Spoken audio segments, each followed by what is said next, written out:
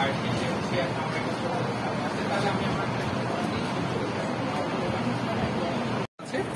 তারাই হচ্ছে আবার হচ্ছে এই উপজেলা 4 জন করে নিয়ে এরকম আমাদের দরকার করে যে আসলে কোথায় তারা কিভাবে অ্যাডভোকেসি করবে।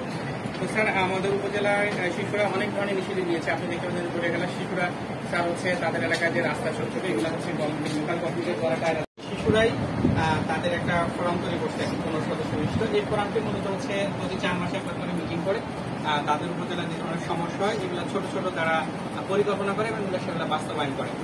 তো এটাই এদের উদ্দেশ্য হচ্ছে যে যাতে তাদের এলাকার যে সমস্যাগুলো তারা আলোচনা করে বিভিন্ন লেভেলে, যেমন আপনার এখানে আসে কে অফিসে যোগাযোগ করে, মাধ্যমিক শিক্ষা অফিসে যায় এবং খুলনাতেও তারা এগুলো অ্যাডভোকেসি করে থাকে।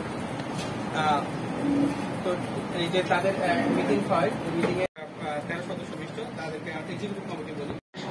কারণ তাদের 7 বা 8 এর বাচ্চার ম্যাচুরিটি একটা, 3 করে বাচ্চার ম্যাচুরিটি একটা, তাকে দুর্যোগকালীন সময় গাইড করা, কিভাবে গাইড করবো, তাকে কি আমরা ওই সময় পড়াশোনা শেখাবো, তাদের ওই সময় পড়ালেখা শেখানোর কোনো মানসিকতা তাদের থাকে না, তাদেরকে ওই সময় সঠিকভাবে হাত ধোয়া, তারা কিভাবে ব্যক্তিগত পরিচর্যা করবে, কোন কাজ করা উচিত, কোন কাজ করা উচিত না, বিহেভিয়ার এবং অ্যাটিটিউডগত যে পরিবর্তনটা সে বাচ্চাটার দরকার নিজেকে ঠিক রাখার জন্য, এটা আমরা এই মেসেজগুলো তাদেরকে ওই সময় দিব।